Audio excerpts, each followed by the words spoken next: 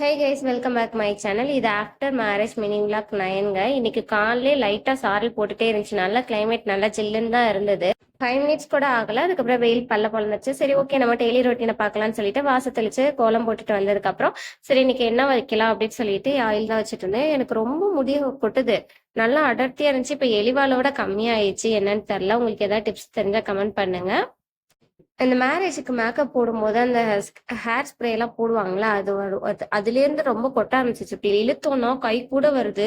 எனக்கு ஒரே அழுகையா இருக்கு, என்ன பண்றதுன்னே தெரியல. உங்களுக்கு ஏதாவது டிப்ஸ் இருந்தா கண்டிப்பா சொல்லுங்க. சரி, அது ஓகே. அது முடிச்சதுக்கப்புறம் என் ஹஸ்பண்ட் வந்து காஃபி போட்டு கொடுத்துருந்தாங்க. நமக்கு தான் மிச்சர் முறுக்கு இல்லாம காஃபி இறங்காது அப்படின்னு சொல்லிட்டு எப்படியாவது 2 கைப்பொடியாவது போட்டு நான் காஃபி குடிச்சிருவேன். அந்த டே அப்பதான் எனக்கு வந்து ஸ்டார்ட் ஆகுற மாதிரியே ஒரு ஃபீல் இருக்கும்.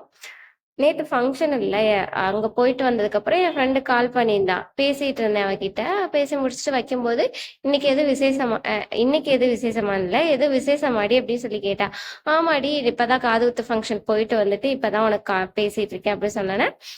நான் இதை பத்தி கேட்கலடி அப்படின்னு சொன்னோன்னே எனக்கு புரியல. ஒரு 2 நிமிஷம் அமைதியாவே இருந்துட்டேன். அவளும் அமைதியாவே சிரிச்சுக்கிட்டே அமைதியாவே இருந்துட்டா. அதுக்கப்புறம் தான் புரிஞ்சுச்சு அவங்க என்ன விசேஷத்தை பத்தி கேட்டிருக்காங்கன்னு சொல்லிட்டு.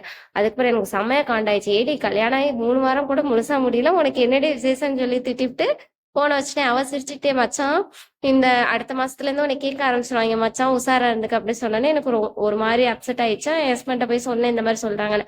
அதெல்லாம் விடு, கண்டுக்காத அப்படின்னு சொல்லிட்டாங்க.